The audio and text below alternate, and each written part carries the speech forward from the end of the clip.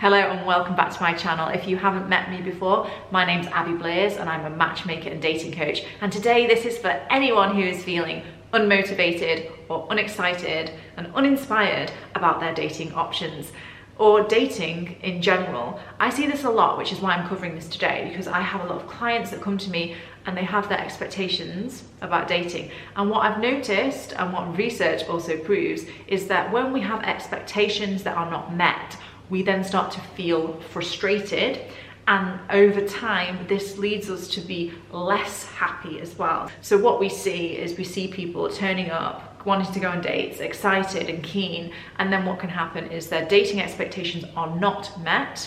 Then they feel frustrated, and then they feel unhappy, and then they feel like, oh, I've got to get back out there, and then it can feel like a vicious cycle of disappointing experiences, which is not where we want to be.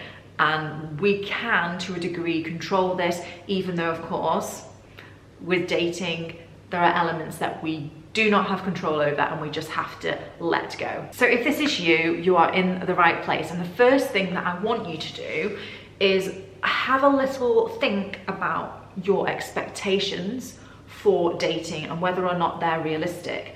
Now, I would say that, controversially perhaps, it is not a requirement for somebody to get you excited before you go on a date. Yes, it's nice to feel excited before we go on a date, but perhaps it's an unfair expectation to have of somebody that you have never met.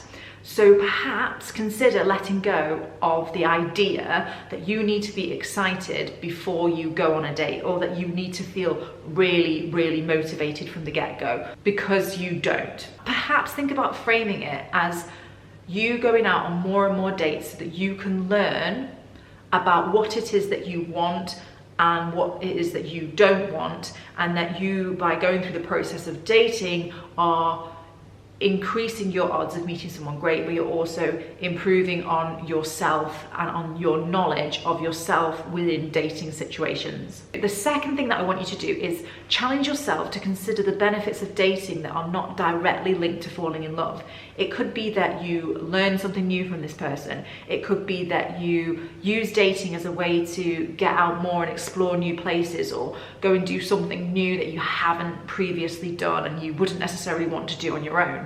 Everybody, even if they're not on the same page as you, even if you don't think they're dateable, every person, I believe, has something interesting to share. You could make it your mission that every time you go on a date with somebody, you learn something new from that person, and make that your goal, to become curious and interested in learning from different people who have different opinions to you, rather than having the main focus of, am I going to fall in love with this person? Because that puts a lot of pressure on people at the very early stages of dating. Research indicates that people who are curious are actually rated as more likable. So you're doing yourself a massive favor by going into dates and making it about learning something new and experiencing something new, and just enjoying it for what it is, regardless of whether it leads to that end goal of getting into a relationship.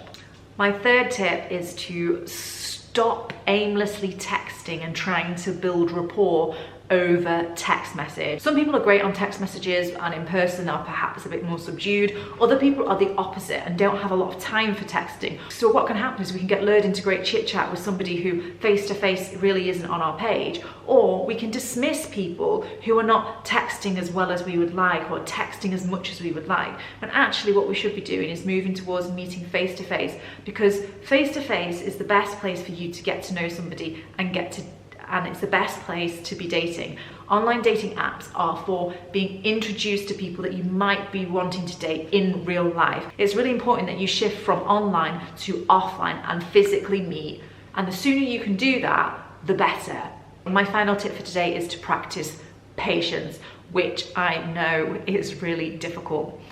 James Clear, author of Atomic Habits, talks about this in quite a lot of detail. He talks about how we expect things to happen far quicker than they actually do, and that we set ourselves goals that are quite big or whatever, and then we lose motivation because we're not reaching them as quickly as we'd like to, and that we expect things to happen in a particular way, and then when they don't happen in a particular way, we do end up feeling really disappointed and less inclined to continue forward, which makes sense. But we often give up too soon, and really with dating, like anything else, it's about consistency over time. James Clear talks about something called the Valley of Disappointment, which is the place where we live before we achieve the thing that we're wanting to achieve.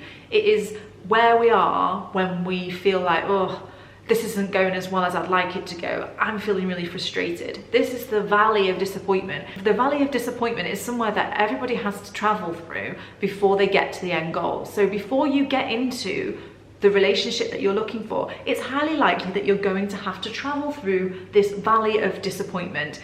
And the more that you persevere with that, more likely it is that you will be able to reap the rewards of having a great future relationship. Have a think about the small steps that you can take to move your dating life forward. You do not need to go all in on your dating life. You do not need to be on the apps 7 days a week for 4 hours a day. You don't need to be doing really extreme things to get into a relationship. Now, the best way out of the Valley of Disappointment is to take small, consistent action every single day. It's not about moving mountains or dedicating your entire life to dating, which would make you less dateable, I would say.